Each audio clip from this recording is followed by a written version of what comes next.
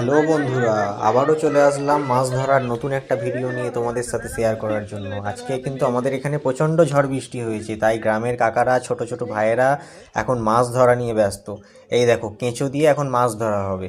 এইগুলো হচ্ছে কি বলো তো, কেঁচো দিয়ে এগুলো ফান্দা করা হচ্ছে, এরপর ছিপ করে পানা মানে পুকুরে ফেলা হবে আর কি। পুকুর তো বলা চলে না, এগুলো বিল আর কি। আর আমার এই মাছ ধরার ভিডিও দেখতে কারা কারা পছন্দ করো অবশ্যই কমেন্টস করে কিন্তু জানিও। আর কে কে মাছ ধরতে পছন্দ করো বিশেষ করে, ঠিক আছে?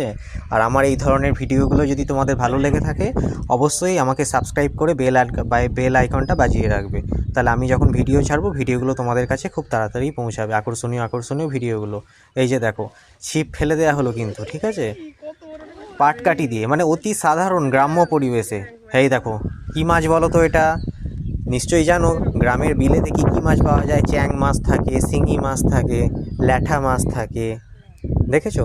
বলো দেখিনি এটা কী মাছ।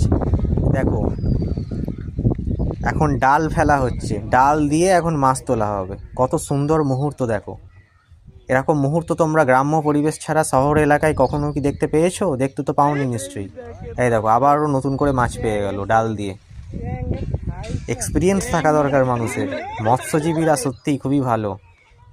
মানে এই মাছ, এই দেখো, এটাকে কি মাছ বলে বলো তো? এটা হচ্ছে শিঙি মাছ, কি তাই তো? মাছটা দেখেছো, একদম পুরো পিওর হলুদ দেশি শিঙি মাছ।